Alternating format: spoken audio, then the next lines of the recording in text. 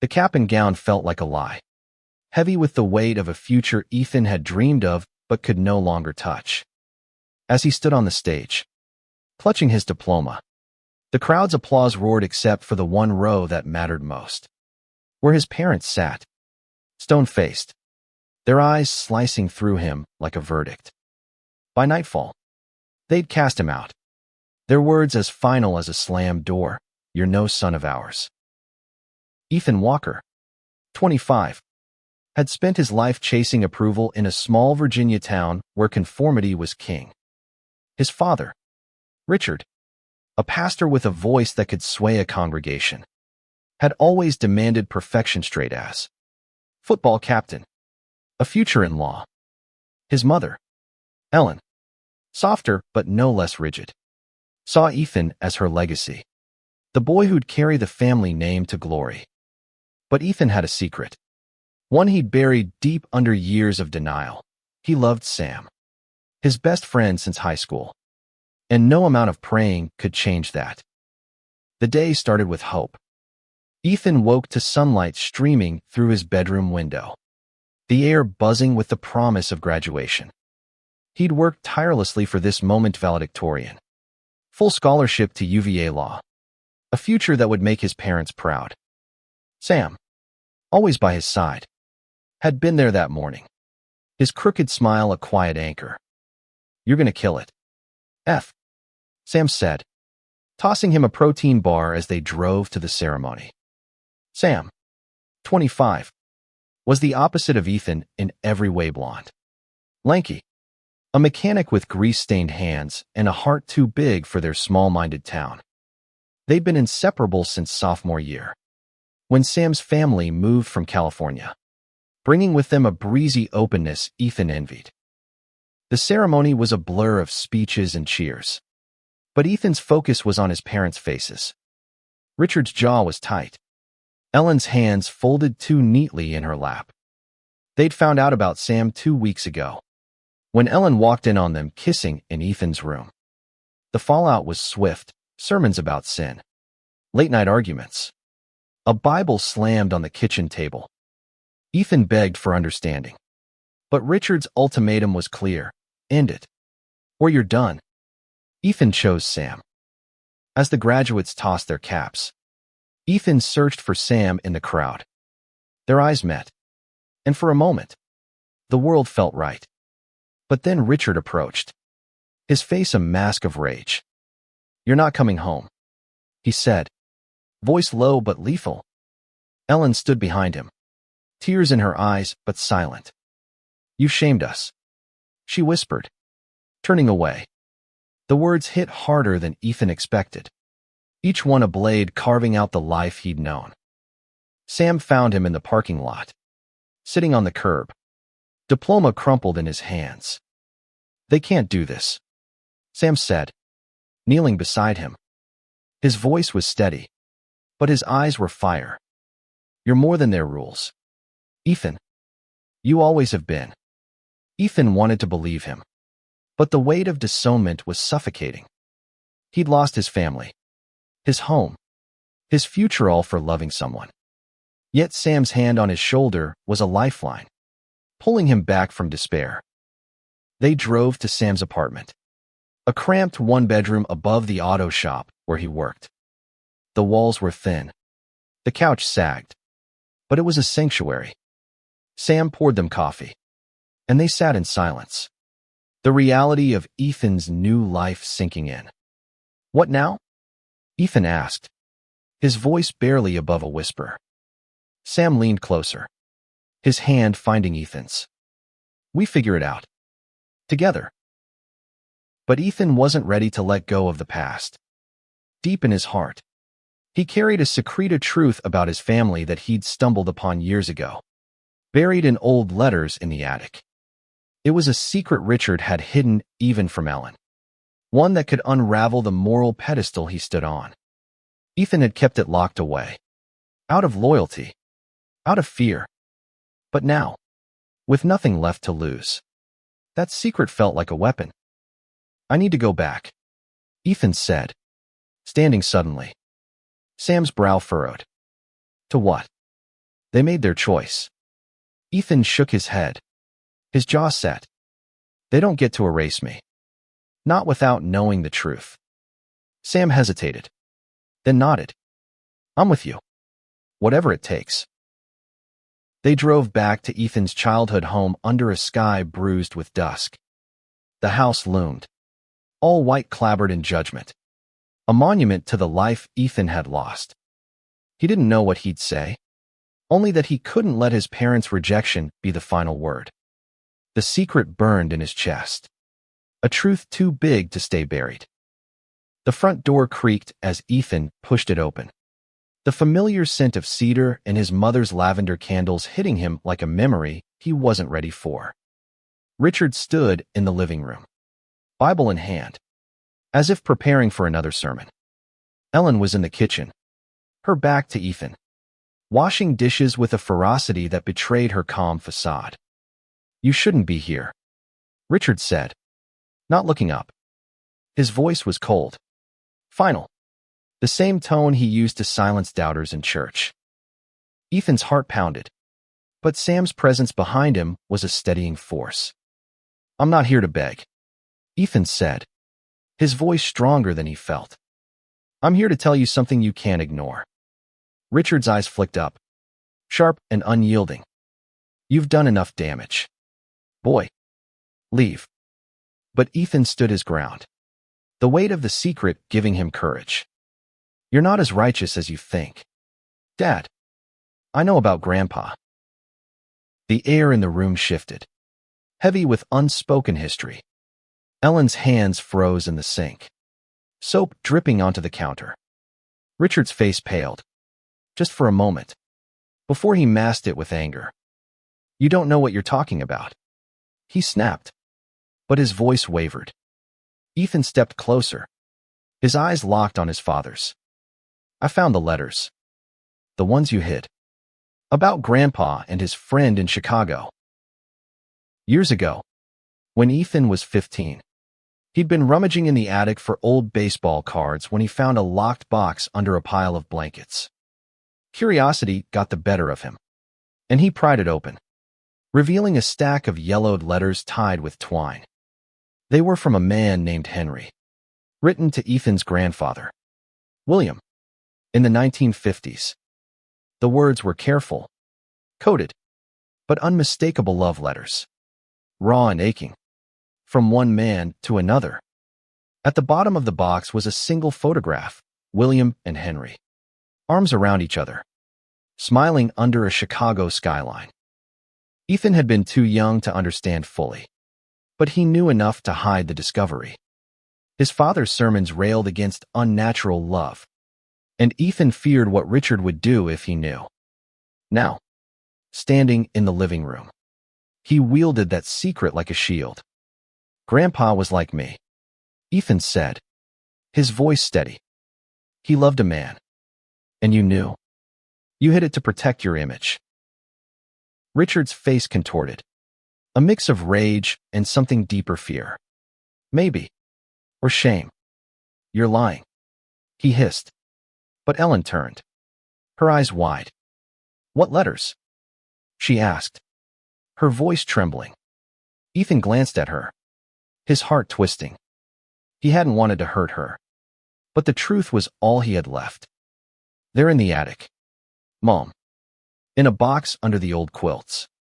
Go look. Ellen hesitated, then moved toward the stairs, her steps unsteady. Richard grabbed her arm. Don't, he said, but she pulled free, her face a mask of determination. Ethan watched her go, his chest tight. Sam squeezed his shoulder, a silent reminder that he wasn't alone. The room fell silent, save for the creak of the attic stairs. Minutes later, Ellen returned, the letters clutched in her hands, her face pale. Is this true? She asked Richard, her voice barely above a whisper. He didn't answer, his eyes fixed on the floor. Ethan spoke instead. Grandpa lived a lie to make you happy. Dad. He married Grandma, hid who he was, because he knew you'd hate him for it. Just like you hate me. Richard's silence was louder than any sermon. Ellen's hands shook as she read a letter, her eyes filling with tears. You knew, she said to Richard, her voice breaking. You knew, and you let me believe we were perfect. The betrayal in her voice cut deeper than Ethan expected. He'd wanted to hurt his father, not his mother, but the truth spared no one. Sam stepped forward, his voice gentle but firm. Ethan's not the one who should be ashamed here. He's honest. He's brave. More than you've ever been. Richard's head snapped up, his eyes blazing. But he said nothing. For the first time, Ethan saw his father as small, a man clinging to a facade that was crumbling. Ellen sank onto the couch, the letters spilling onto her lap. I need time, she said, her voice hollow. Ethan nodded, his throat tight. He hadn't expected forgiveness, but he'd hoped for anything to bridge the gap. I'll be at Sam's, he said, turning to leave. Sam followed, his hand brushing Ethan's. A quiet promise. Outside, the night was cool, the stars sharp against the sky. Ethan felt lighter, but not free. The secret was out, but the cost was still unfolding. Did I do the right thing? He asked Sam, his voice raw. Sam pulled him close, his arm steady. You told the truth. That's always right. The next morning, Ethan woke on Sam's couch. The ache in his chest dulled but not gone. Sunlight filtered through the blinds, casting stripes across Sam's sleeping form on the floor nearby. He'd insisted Ethan take the couch, his small act of care a reminder of why Ethan had risked everything. But the weight of last night's confrontation lingered, heavy as the letters now in his mother's hands. Ethan's phone buzzed a text from his sister, Lily, 22, who'd been away at college during the graduation fallout. Heard what happened? I'm coming home. Don't give up on Mom. Lily had always been the bridge in their family, the one who softened Richard's edges and saw through Ellen's quiet strength. Ethan typed a quick reply, his fingers hesitating. I don't know if she'll listen. Lily's response was instant. She will. Give her time. Sam stirred, rubbing sleep from his eyes. You okay? He asked, his voice rough. Ethan nodded, though he wasn't sure. Lily's coming back. She thinks Mom might come around. Sam sat up, his expression cautious but hopeful. That's something. Right. One step at a time. Ethan wanted to believe him, but doubt gnawed at him. His mother's face last night shocked. Betrayed haunted him. Had he pushed her too far? They spent the day at the auto shop, where Sam worked on a rusted Chevy while Ethan sorted invoices. Grateful for the distraction. The shop was a haven, its grease-stained chaos a stark contrast to the sterile perfection of his childhood home. Customers came and went, some casting curious glances at Ethan, who was still in yesterday's clothes. Word traveled fast in a small town, and Ethan felt the weight of unspoken judgments. But Sam's easy laughter with the regulars, his hand brushing Ethan's as he passed a wrench, grounded him. By afternoon, Lily arrived, her beat-up Honda pulling into the shop's lot. She hugged Ethan tightly, her dark curls tickling his face. You're an idiot for not telling me sooner, she said, pulling back to look at him. Her eyes, so like their mother's, were fierce with love. But you're my idiot. She glanced at Sam, grinning. You too. Grease monkey. Sam laughed, wiping his hands on a rag. Good to see you, Lil. Over coffee at a diner, Lily listened as Ethan recounted the confrontation. Her face darkened when he mentioned the letters. Grandpa, she said, incredulous. Dad knew and never said anything. Ethan nodded, his jaw tight. He buried it, just like he wants to bury me. Lily reached for his hand. He's wrong, Ethan. About you. About Grandpa. About everything. I'll talk to Mom. That evening, they drove to the house, Lily leading the way. Ellen was in the garden, kneeling among her roses, her face drawn. She stood when she saw them, her eyes flickering to Ethan, then away. Lily, she said, her voice soft but guarded. I didn't know you were coming. Lily stepped forward, her tone gentle but firm. Mom, we need to talk. All of us. Inside, the house felt differentless, like a home, more like a battlefield. Ellen sat at the kitchen table, the letters stacked neatly in front of her. Richard was nowhere in sight, likely at the church, hiding behind his pulpit. I read them, Ellen said, her voice steady but fragile. Your grandfather, he was a good man. I didn't know. Ethan's throat tightened. He hid it for Dad, just like I tried to. Ellen's eyes met his, and for the first time, he saw something softer than judgment. I don't understand, she said, her voice breaking. I don't understand why you couldn't tell me. Ethan leaned forward, his hands trembling. I was scared, Mom. Scared you'd hate me, like Dad does. Ellen flinched, tears spilling over. I don't hate you, she whispered. I'm just lost. Lily reached for her mother's hand. You're not lost, Mom. You're here, with us. Sam, quiet until now, spoke up. Ethan's still your son. He's still the same person who made you proud yesterday.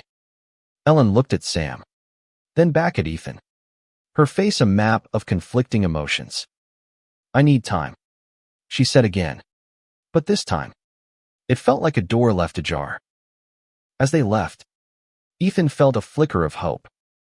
His mother hadn't embraced him, but she hadn't turned away either. Sam's hand found his as they walked to the car, and Lily's arm looped through his. We're gonna be okay, she said, her voice fierce. Ethan wanted to believe her, but the shadow of his father loomed large. Richard's silence was a storm waiting to break. The church was packed that Sunday, the air thick with anticipation. Richard's sermons were legendary in their town, drawing crowds eager for his fire and brimstone rhetoric. Ethan hadn't planned to go, but Lily insisted. If we want Mom to come around, we need to face Dad head on, she said. Sam agreed, though his jaw was tight. He's not going to make this easy, he warned. Ethan knew that, but the secret was out, and he wasn't hiding anymore. They slipped into a back pew, heads down, as Richard took the pulpit. His voice boomed, preaching about family, duty, and God's plan. But Ethan noticed the strain in his father's face, the way his hands gripped the podium too tightly. The letters had shaken him, and Ethan wondered if the congregation could sense it. Ellen sat in the front row, her posture rigid, her eyes fixed on her lap. Halfway through the sermon, Richard's gaze landed on Ethan. The room seemed to hold its breath. Sin, Richard said, his voice rising, tears families apart. It defies God's will. The words were a direct hit, and Ethan felt Sam tense beside him. Lily whispered, don't let him get to you. But Ethan was done shrinking. He stood, his heart racing, and walked down the aisle, every eye on him. Dad, he said, his voice carrying over the murmurs. You talk about sin, but what about hypocrisy? The congregation gasped, and Richard's face reddened. This isn't the place, he snapped. But Ethan didn't back down. You hid Grandpa's truth to save your reputation. You're punishing me for being honest about who I am. Who's the sinner here? The church erupted in whispers, heads turning to Richard, then to Ellen, who stood, her face pale but resolute. Enough, she said, her voice cutting through the noise. She walked to Ethan, her hands trembling but her eyes clear. I've been reading those letters. Richard, I've been praying. And I'm starting to think Ethan's right. Richard's composure cracked, his voice shaking. You don't understand. Ellen, this is about our family's legacy. But Ellen shook her head. Our legacy is love, not lies. I won't lose my son to your pride. The words hung in the air, a declaration that shifted something fundamental. The congregation was silent, watching a family unravel and rebuild in real time. Ethan's knees felt weak, but Sam was there, his hand steady on Ethan's back. Lily joined them, her arm around their mother. Richard looked at them, his face a battleground of anger and something soft regret. Maybe. He stepped down from the pulpit, his shoulders slumped, and left the church without a word. Outside, Ellen pulled Ethan into a hug, her tears soaking his shirt. I'm sorry, she whispered. I should have listened sooner. Ethan held her tightly, the weight of years lifting just a little. You're here now? He said, his voice thick. Sam and Lily stood close, a makeshift family bound by something stronger than blood. But Ethan knew it wasn't over. Richard's silence was a storm still brewing, and the town's judgment would follow them. As they drove back to Sam's apartment, Ethan felt the weight of what lay ahead. Coming out had cost him his home, but it had also given him truth. He glanced at Sam, whose quiet strength was a constant, and at Lily, who was already planning their next move. We need to talk to Dad again, she said. He's not done with this. Ethan nodded, his resolve hardening. The secret had broken the dam, but the flood was still coming. He wasn't just fighting for himself anymore, was fighting for the truth. For his grandfather's hidden love. For every kid in this town who felt they had to hide. Sam reached for his hand, and Ethan squeezed it, ready for whatever came next. The next week was a blur of small victories and looming battles. Ellen started calling daily, her voice tentative but warm, asking Ethan about his plans, his life with Sam. She even invited them to dinner, a gesture that felt like a fragile bridge. Richard, however, was a ghost holed up in the church or his study, avoiding Ethan's calls. The town buzzed with gossip, some supportive, others venomous. Ethan felt the stares at the grocery store, heard the whispers at the gas station. But Sam was his anchor, and Lily his shield. One evening, Ethan and Sam sat on the apartment's fire escape, the summer air thick with cicadas. You ever think about leaving? Sam asked, his voice low. Ethan looked at him, surprised. This town? Yeah, but not yet. Not until I know Mom's okay. And Dad, he trailed off, unsure what he wanted from his father. Forgiveness, understanding, or just an acknowledgement that Ethan was still his son. Sam nodded, his hand resting on Ethan's knee. We could go anywhere. You know, California. Maybe. Start fresh. The idea was tempting a life where they didn't have to justify their love. But Ethan shook his head. I can't run. Not after everything. Sam smiled, soft and knowing. That's why I love you. You're stubborn as hell. Their moment was interrupted by a knock at the door. It was Lily, her face grim.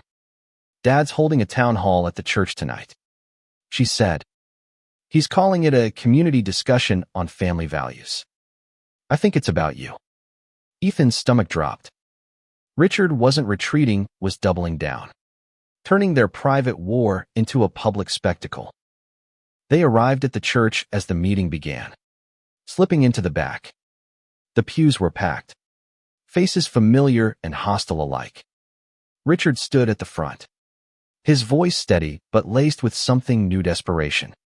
We're here to protect our values, he said, his eyes scanning the crowd. To stand against those who'd tear apart our families with their choices.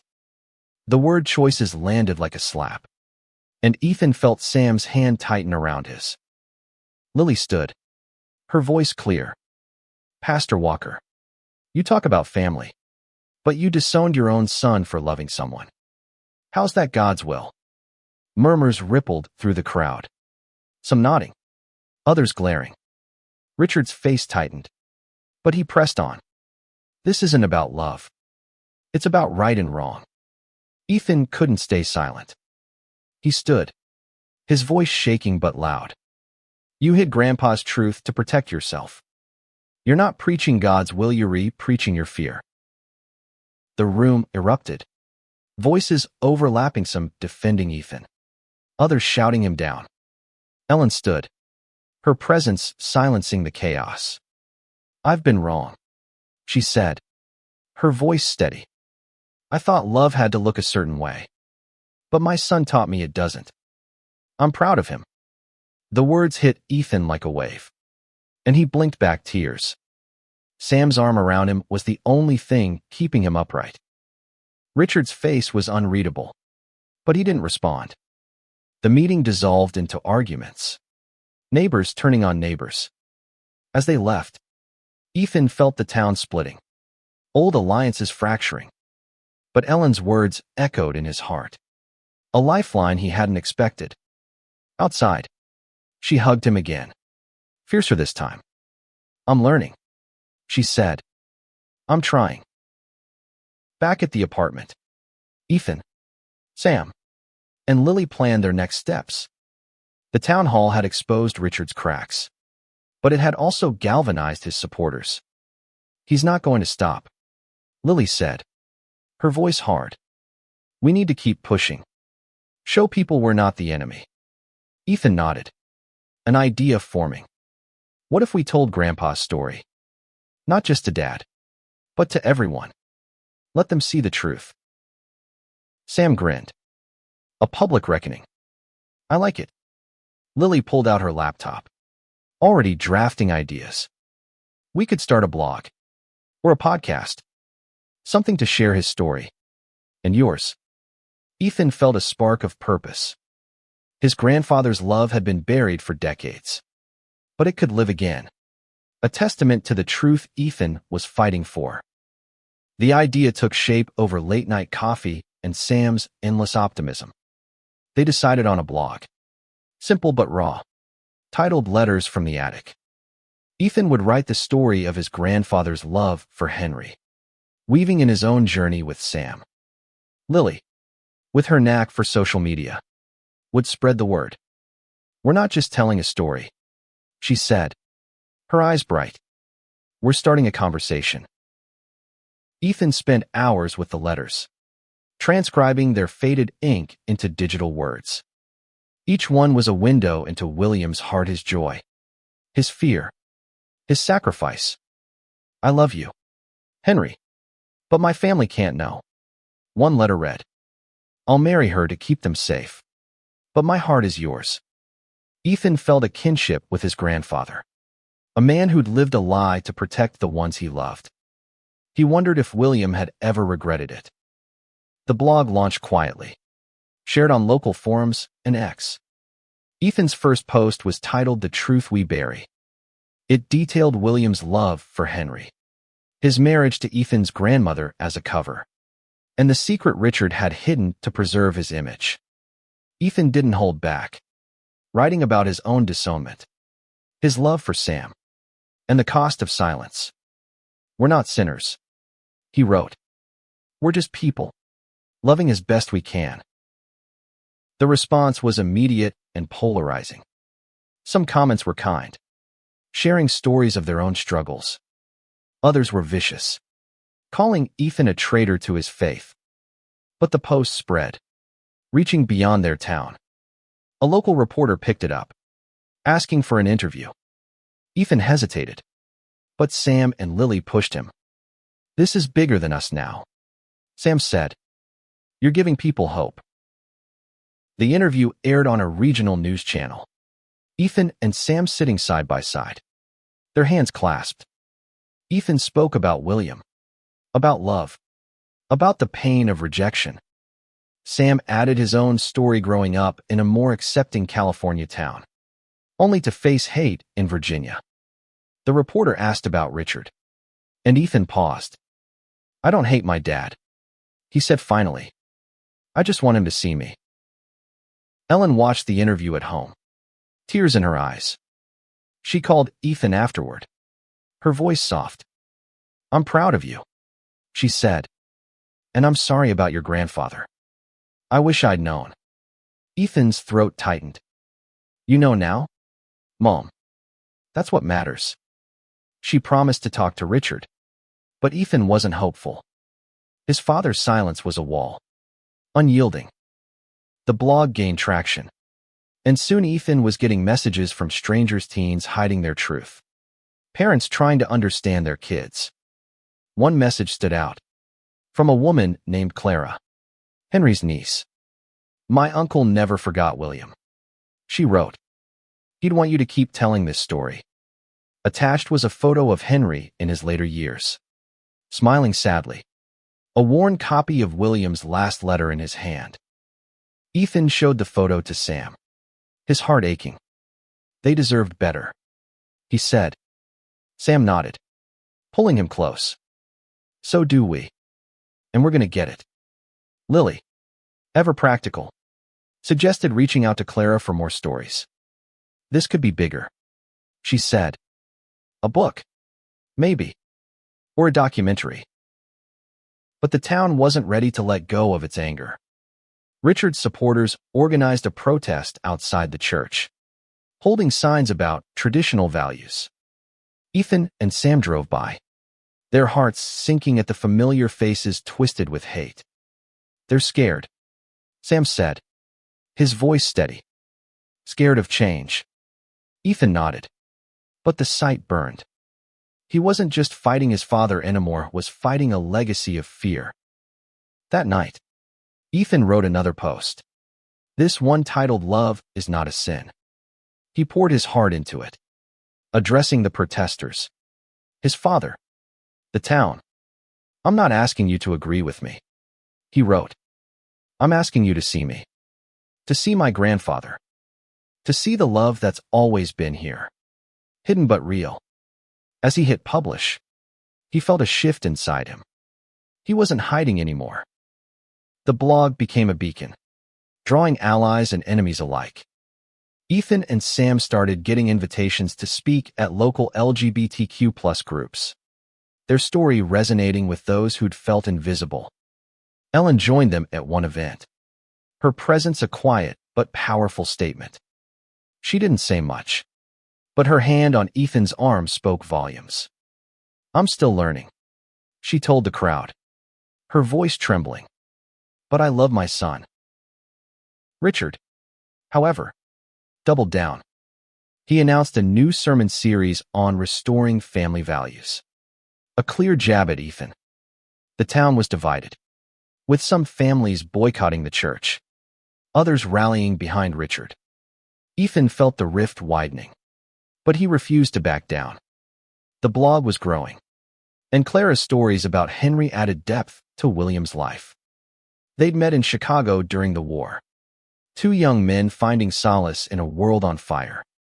Henry had wanted to run away together, but William chose duty, marrying to appease his family. Ethan began to see his grandfather not as a victim, but as a man who'd made impossible choices. It gave him strength to face his own. He and Sam started planning a future, maybe not in this town, but somewhere they could build a life. Law school was still on the table, and Sam talked about opening his own shop. "We're going to make it," Sam said one night, his arms around Ethan. "You and me."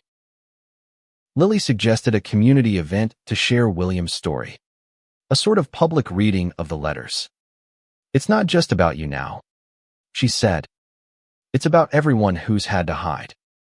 They chose the park, neutral ground, and spread the word. The day of the event, Ethan was nervous, his hands shaking as he held the letters. Sam stood beside him, steady as ever, and Ellen was there, her presence a quiet anchor. The crowd was small but diverse friends. allies, curious neighbors, and a few of Richard's supporters. Arms crossed. Ethan read the letters aloud, his voice breaking at times. He shared William's love, his sacrifice, and his own journey to live openly. Sam spoke next, his words simple but powerful. Love doesn't hurt anyone, he said. Hate does. To Ethan's surprise, Richard showed up, standing at the edge of the crowd. His face was unreadable, but he stayed, listening as Ethan finished. When the crowd dispersed, Richard approached, his steps heavy. I read your blog, he said, his voice low. I didn't want to believe it. About my father. About you. Ethan braced himself, but Richard's next words were softer.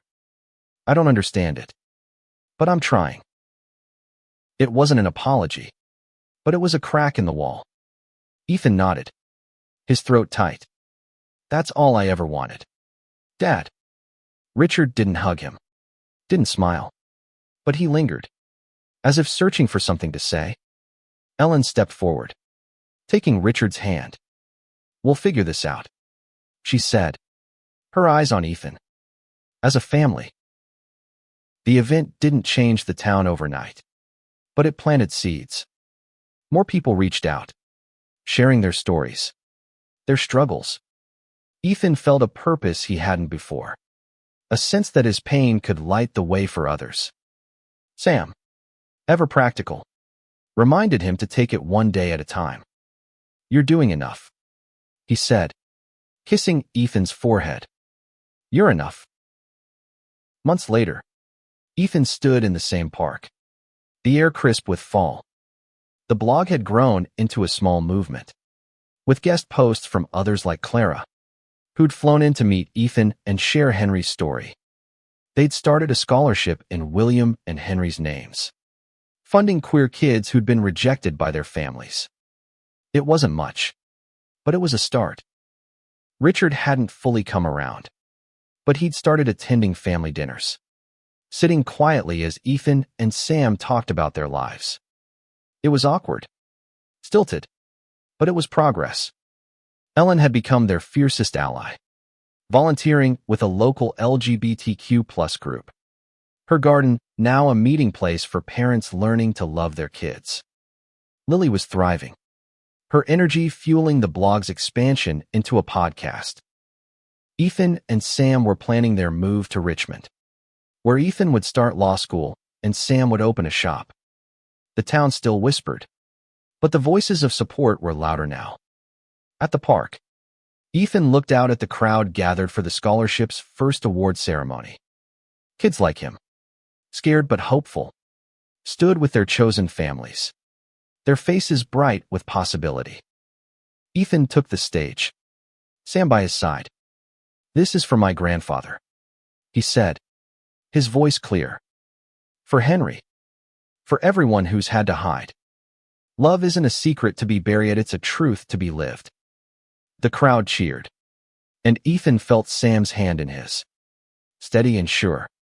He thought of the letters, of William's sacrifice, and knew he was carrying their love forward.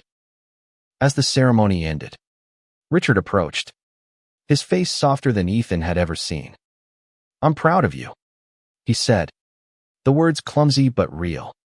Ethan nodded, tears in his eyes. Thanks, Dad. It wasn't perfect, but it was enough. Ellen hugged them both, her smile radiant. Lily snapped a photo, laughing. For the blog, she said. That night, Ethan and Sam sat on their new apartment's balcony, the city lights sprawling below. We did it, Sam said, his voice warm. Ethan leaned into him, the weight of the past lighter now. We're doing it, he corrected. And we're not done. Sam kissed him, slow and sure. And Ethan knew, whatever came next, they'd face it together. The secret that had torn them apart had also set them free. Ethan's truth, William's truth, had become a beacon, not just for their family, but for a world learning to love better.